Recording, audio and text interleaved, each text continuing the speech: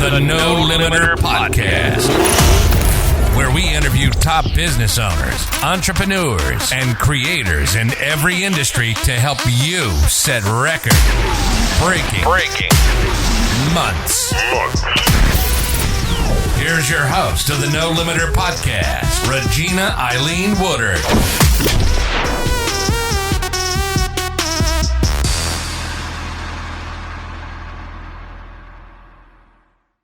Hello, you are listening to the No Limiter Podcast. I am your host, Regina Eileen Woodard, and today I am joined with, she's my big sister to me, but to the world, she is State Representative Brenda Carter, representing District 29. She represents Pontiac, Michigan, Kegel Harbor, Sylvan Lake, and I know some other cities too, right? Yes, Orchard Lake Village, Auburn Hills, yeah, and soon hopefully to be Waterford. All right, well, we're looking forward to that next connection of you guys being able to get Waterford on your district too. But first of all, I want to thank you for taking time out your busy schedule to talk to me today. But I'm going to call you State Representative Brenda Carter. I want to call you Big Sister, but I'm going to make sure, I'm going to try to refrain from that. But I wanted to chat with you today about the topic of City of Pontiac is on the rise. You know, I was born and raised in Pontiac, Michigan, but just until a year before COVID, I really started paying attention to the issues and the problems that we're having around the City of Pontiac. And when I thought about the topic, City of Pontiac on the rise, because it looks to me, and I'm not a political person, it looks to me that everybody is representative, people that are in office are banding together to make things happen, and things change. What are you focusing on right now? What's most important to you right now at this very moment? Well, Regina, first of all, thank you for inviting me to be on your show. You're dynamic. I've been on your show before and I love talking to you. But Pontiac is an incredible city filled with incredible people. You know, we've gone through some hard times, and we have to realize that it was not really all our fault. Okay, when we lost the automotive industry in 2010, economically we started crashing. I mean, small businesses that depended on the workers who were working at General Motors and its suppliers. All of a sudden, these people were out of a job. Our whole community started caving in, and it took a lot of hard work to avoid state takeovers, school closures. And what I can say about the community of Pontiac is that we're a tough little city. Okay, I mean, when we buckle down and focus, we're formidable. So this is when you talk about Pontiac on the rise, yeah, we had to overcome economic deprivation. That affected a whole entire generation, not having the money, the stuff that they needed. So I just totally agree. Pontiac is on the rise. You said economic desperation. What did you say? I said economic deprivation. Okay, deprivation. What does that mean? But for the individuals that are watching and just trying to understand, the political arena, what does that mean? Well, on the surface, so we can look at it, jobs, quality education, affordable housing, and good schools to educate our children. When your community is deprived of these resources, then you have no other choice but to see what's been going on in our community. And I am pleased to say a lot of the leaders in this city, faith-based leaders, political leaders, organization, nonprofits, we recognized that this was going on in Pontiac and we started fighting it. But it was just deep, and it's not just Pontiac. It's poverty all over the state of Michigan, but it seems to be more focused on majority minority districts like Detroit, Flint, Saginaw, Benton Harbor with its water crisis, and of course right here in Pontiac. So what we're looking at is bringing back good paying jobs, bringing back quality education, bringing back, most importantly, affordable housing. But in order to do with this, we have to deal with the community being deprived of these resources. And that's what I call economic deprivation. Well, I remember when the city of Pontiac was thriving, when, because we were known as the GM town. Now we're not known as a GM town. What is one thing that you want to see happen in the next year that's going to bring some things back or make things better for the city of Pontiac? I think with the electric vehicles coming in and the state of Michigan passing that $4 billion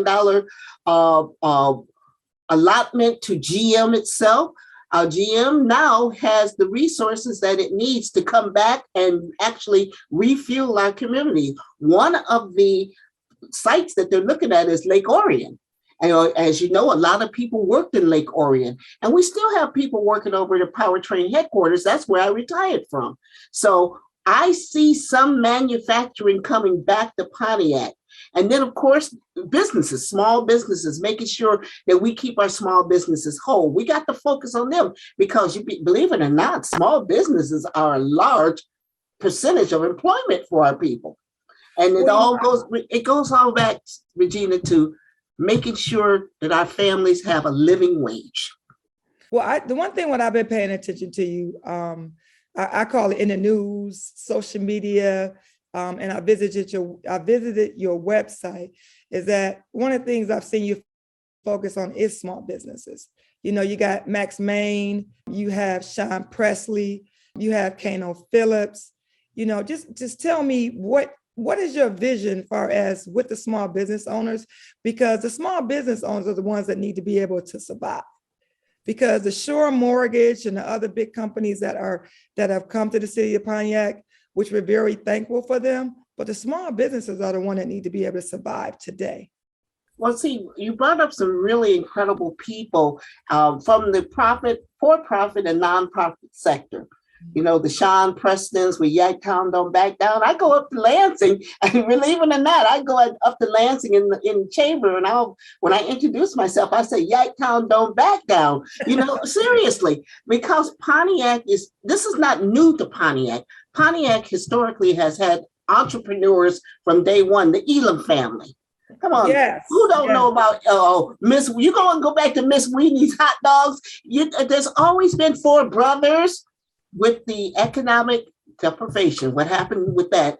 A lot of the small businesses were not able to compete with the big businesses. This is not just in Pontiac, this is everywhere. So when you go into cities and you see closures where, family businesses used to be, then you have to start doing something. So legislatively wise, we're looking at lobbying the government, lobbying the executive side, which is our wonderful, wonderful, wonderful Governor Gretchen Whitmer, to make sure that we provide the small businesses the resources that they need. I know that Dave Coulter on the executive side of the county has also been giving grants to businesses that are headed by women and businesses that are headed by minorities.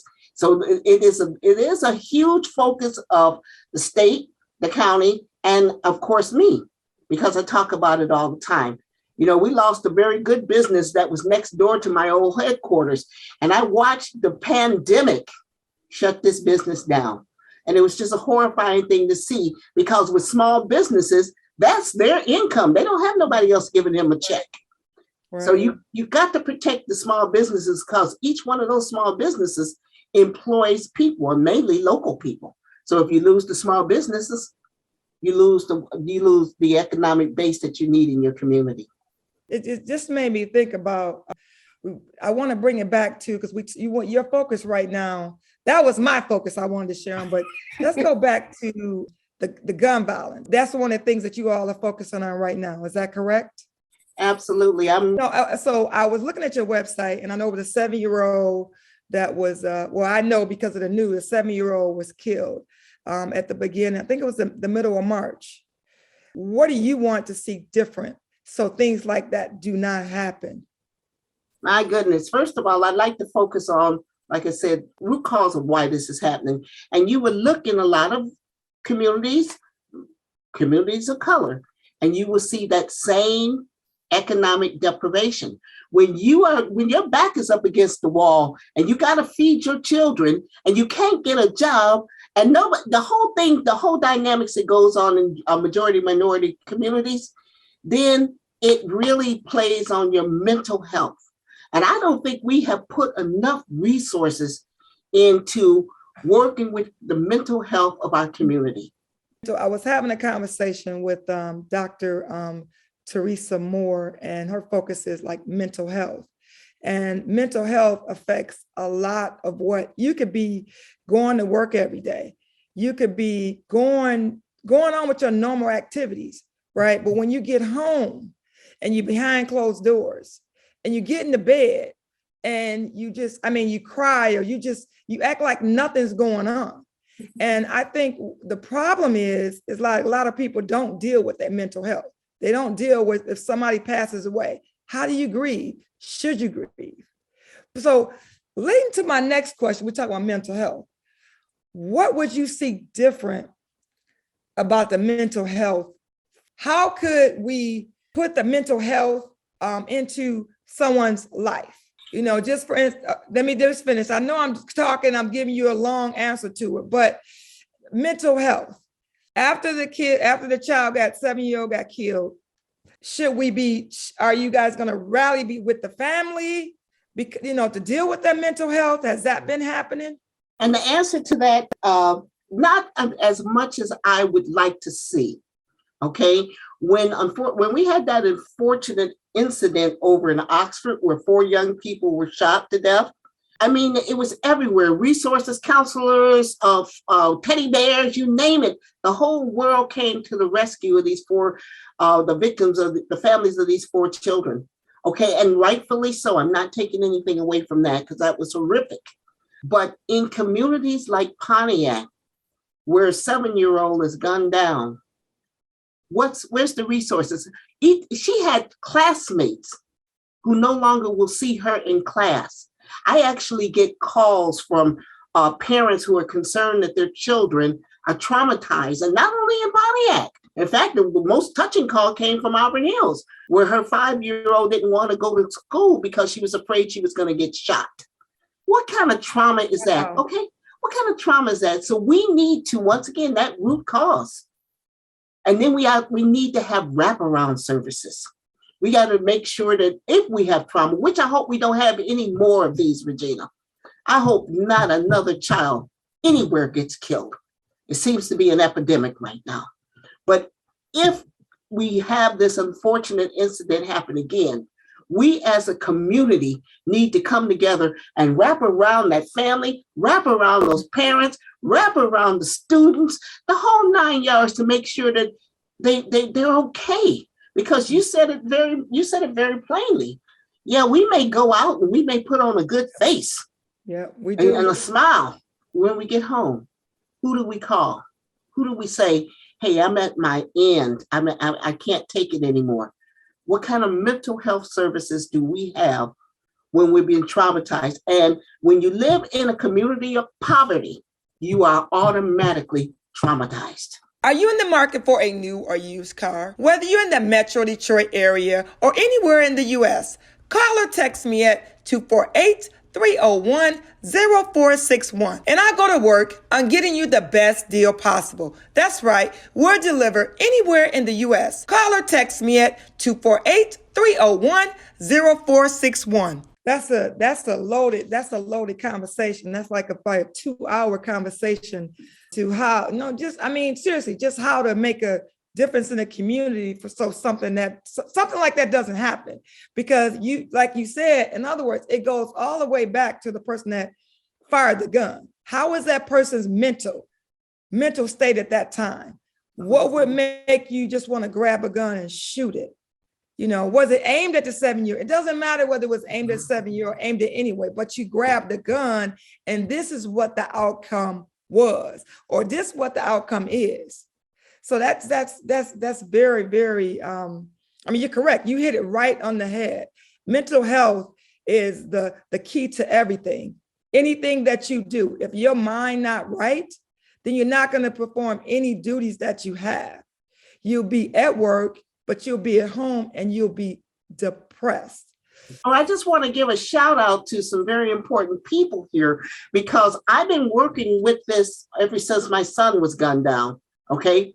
Since my nephew was gunned down. Okay. So it's not something I read in a book and somebody's told me about, well, this is the way you should feel when you lose somebody close to you, the gun violence. But what I'd like to give the shout out to is to the young people your age, Delia Sharp, Denise Harris, Tamika Ramsey, Raheem Harris. That generation now is saying enough is enough. And they're actually putting systems in place as we speak to mitigate gun violence. But we have to help them.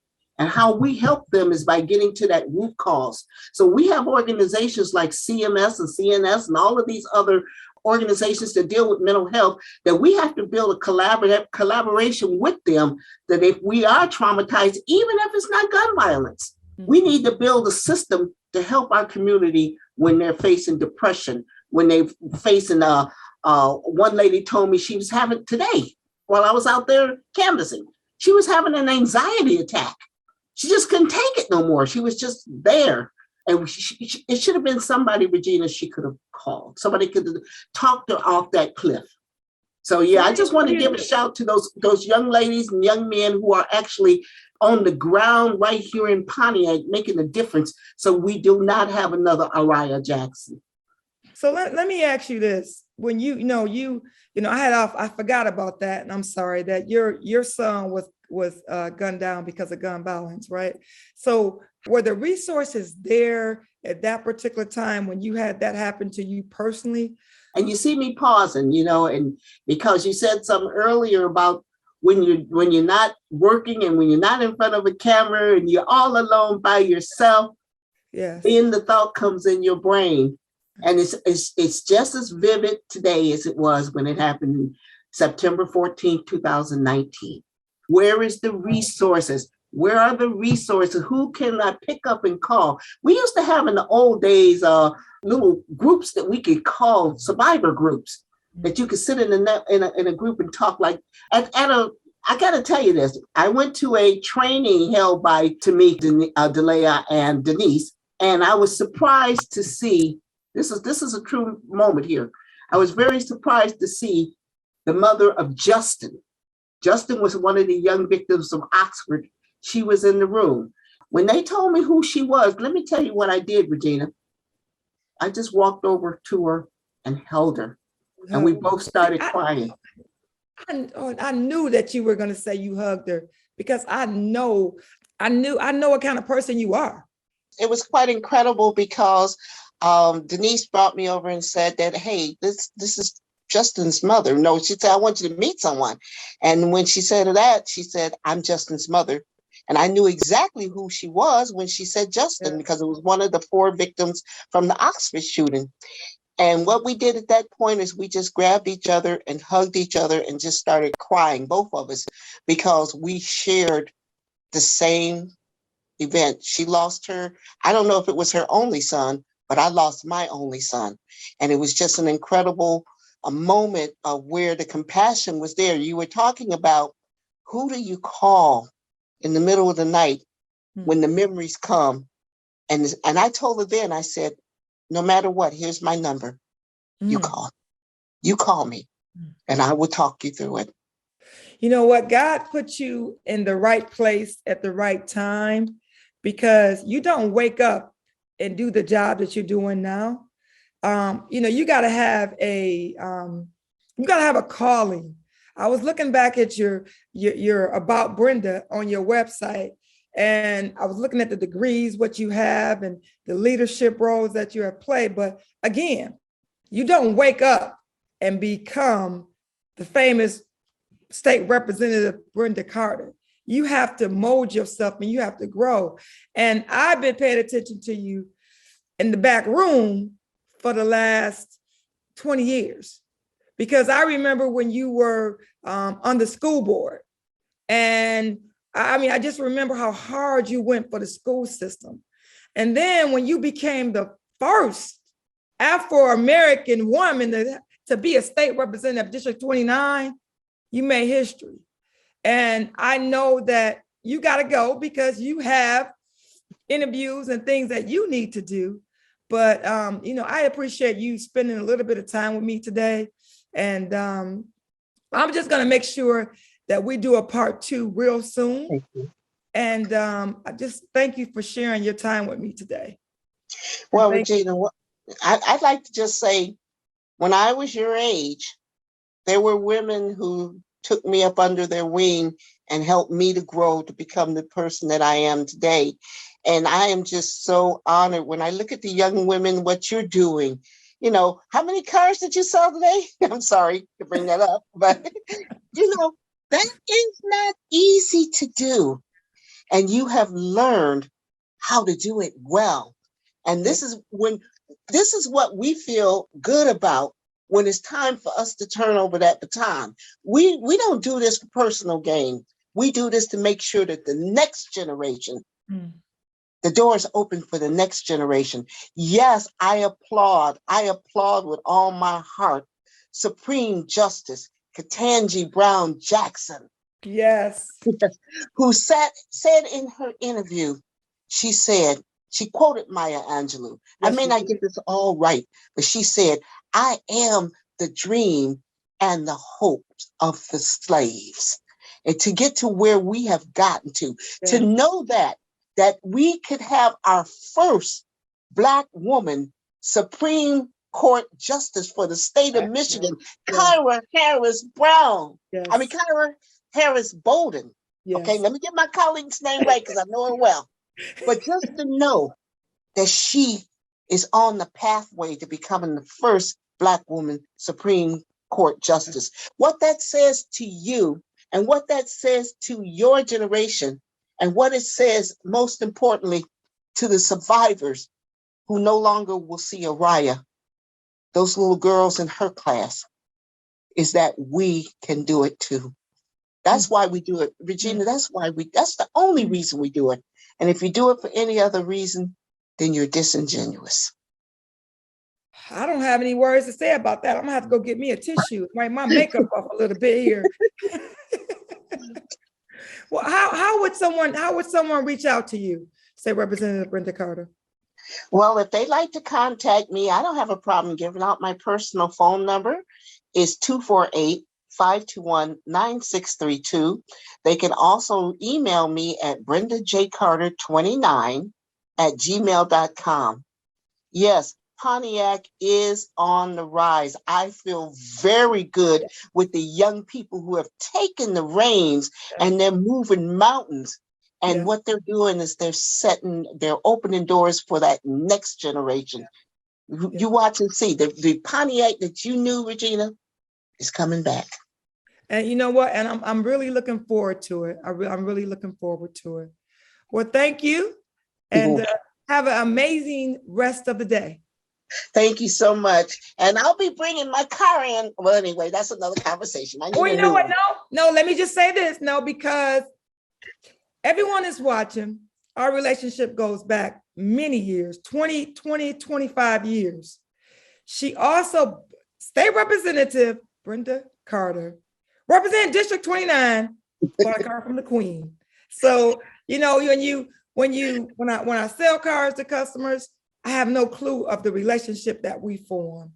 So I appreciate you as always. And I'll see you soon. Okay, bye now. Bye-bye. Thanks for listening to another episode of the No Limiter Podcast with Regina Eileen Woodard. Remember to subscribe and review the No Limiter Podcast wherever you listen to your favorite podcast and the No Limiter Podcast YouTube channel. Every listen and review helps to get this podcast out to as many no limiters like you as possible.